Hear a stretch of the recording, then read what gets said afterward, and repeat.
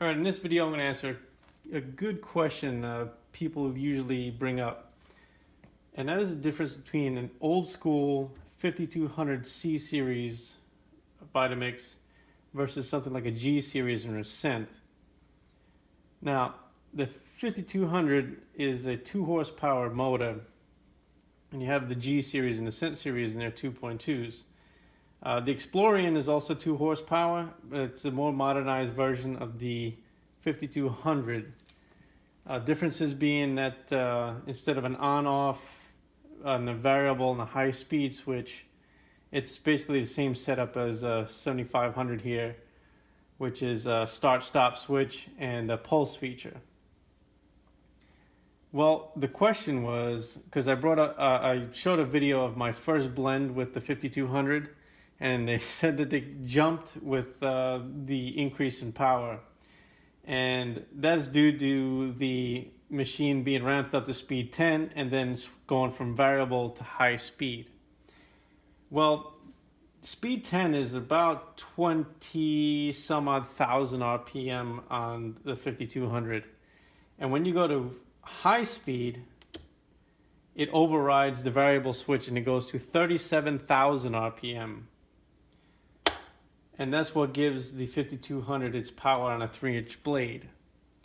Whereas a Vitamix 7500 with a 2.2 horsepower motor, although it makes more horsepower, the RPM maximum is different. It's lower. It's around 22,000 RPM, something like that. And you'll be able to hear the differences between these two.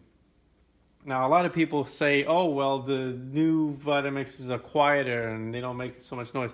That's partially true because of the lower RPM that they produce, but because they have a 4-inch blade, they produce the same results as a 5200 with a 3-inch blade. And even though you can have a 3-inch blade on this base, it just takes more time to do the blend. But either way, the results come out great with either machine. It's just the 5200 is able to process food faster with a 3-inch blade. But you can't use the 2 horsepower motor with the 4-inch blade because it doesn't produce enough torque. And I'm not going to get into the differences between the torque and RPM and horsepower. That's more complicated, and really it doesn't matter. If you have a machine designed for whatever container, just stick with that. Keep it simple. Don't confuse yourself. That's the problem I find with a lot of people who get into these, and they just tend to overthink things. It's just keep it simple. And if your machine is supposed to have a 3-inch blade, a small container, just work with it that way. If your machine is designed to have a 4-inch blade, which is the low profile 64-ounce container, just stick with that and the 3-inch blades. But this video is not about all that. This video is about the responses between the two. With the 5200, it is very much raw power. Whatever you set this dial to, the machine will go immediately to that RPM, to that speed, okay? And with a more modern machine like the 7500 here, wherever you set the dial, even to maximum speed, as soon as you start the motor, it's going to digitally ramp up to that speed. So it's a smoother process, and it's a less scary experience for most users. And a part of the reason I think they did that was for reliability purposes and for user friendliness, where the motor just kind of slowly ramps up to that speed, and it's a lot easier on a drive system, whereas a 5200 is a bit more harsh. However, I've never had any reliability problems with the 5200, and I think most people haven't either. But it's still an improvement in reliability for that purpose. So we're just going to go ahead and demonstrate that difference in response. And this is an Ascent series container. This is has the Wi-Fi blade assembly. And the reason I have that is I have a 3500 Ascent. So I can use this container on my Ascent, I can use it on my G series, and I can use it on my C series. And it's a 48 ounce, so it has a 3-inch blade. in which this 5200 can drive it reliably. So we're going to go ahead and use the 7500 here, and I'm going to go ahead and demonstrate how it ramps up in power. So I'm just going to go ahead and set it to speed 5, turn it on, and let's see what happens. You can hear that there's a ramp up speed to that speed 5. It goes very smoothly up. So let's go up to the maximum. Now when you do this, normally they want you to be at speed 1 and dial it all the way up to 10 manually, and I highly recommend doing that. But if you do happen to do this, it's not a big deal because it ramps up smoothly, just like this.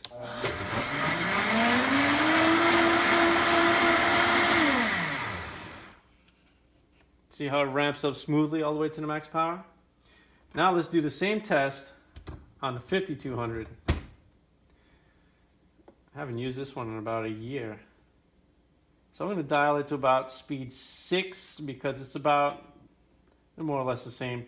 This one, the thing about these old Vitamixes is that the speed control, after they're used for a very long time, they lose their precision. The rotary dial switch needs to be replaced in this one, but it still works for the most part. So if it jumps around a little bit in RPM, that's because it's just an old worn out switch.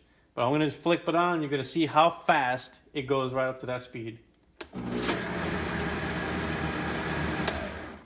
It's basically instant. Now speed 10, you're going to see that speed 10 is going to be about the same between the two motors.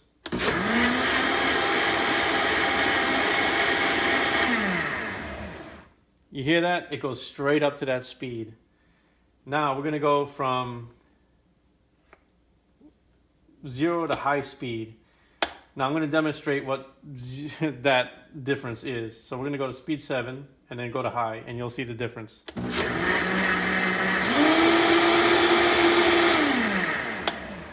You can hear the jump in power. Now, this is full speed. Just to reiterate.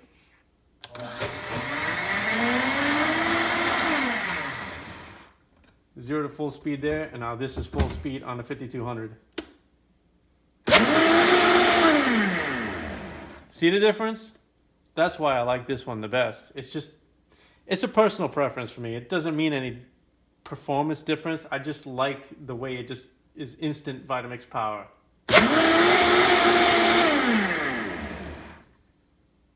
So that's just the difference between the two as far as how they are controlled. They have the same results. They work practically the same. It's just the newer models are just a bit more refined, whereas the older models are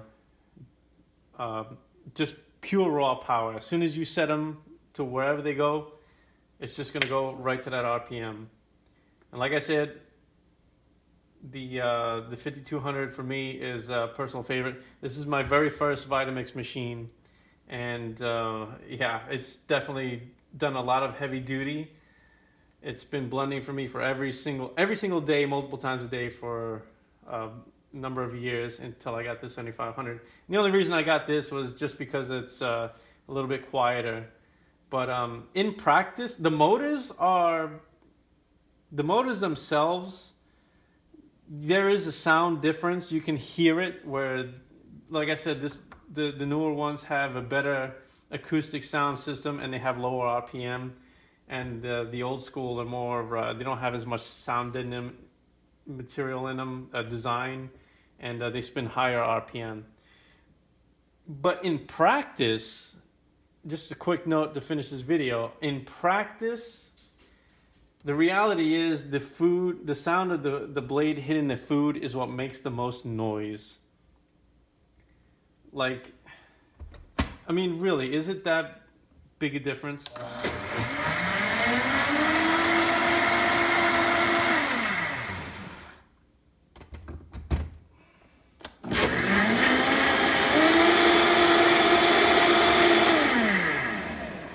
I don't know. I don't really think it's really that big a difference. Is there a difference? Yeah.